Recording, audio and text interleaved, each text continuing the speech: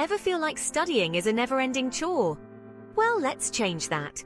First up, set clear goals. Before you dive in, know what you want to achieve. Whether it's nailing a chapter or mastering a tricky concept, having a clear target keeps you on track. Next, create a study schedule. Block out specific times each day for studying and stick to it. Consistency builds a routine, making it easier to focus and retain information. Now, let's talk about active learning. Instead of just reading, try summarizing the info, teaching it to someone else, or using flashcards. Engaging with the material makes it stick. Don't forget to take breaks.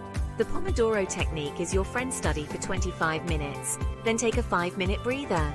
This keeps your brain fresh and ready to absorb more. Lastly, find your ideal study environment. Be it a quiet library or a bustling coffee shop, choose a spot where you can concentrate without distractions. Thanks for tuning in. If these tips helped, like, subscribe and share with your friends. Happy studying!